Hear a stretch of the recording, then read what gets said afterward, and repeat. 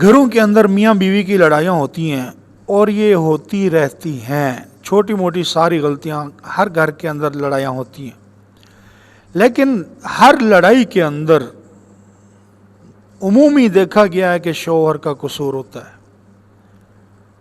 شوہر ذمہ دار ہے ہر لڑائی کا۔ کیوں؟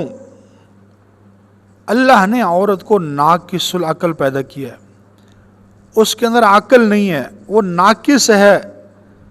جب وہ ناقص العقل ہے تو اس کی زبان سے بھی ایسے الفاظ نکلیں گے جو آپ کو ناگوار گزریں گے، اس کی باتیں الٹی پلٹی نکلیں گی۔ لیکن شوہر کو، مرد کو، انسان اللہ نے کامل العقل پیدا کیا ہے، تو وہ تو ناقص العقل تھی، اس نے زبان سے کچھ الفاظ کہہ دیے، اور مرد تو کامل العقل ہے، تو اس نے صبر کیوں نہیں کیا، اس کے آگے اچھے الفاظ کیوں نہیں بولے؟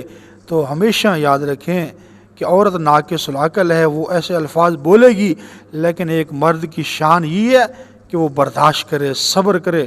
اللہ نے اس کو کامل العقل بنایا ہے۔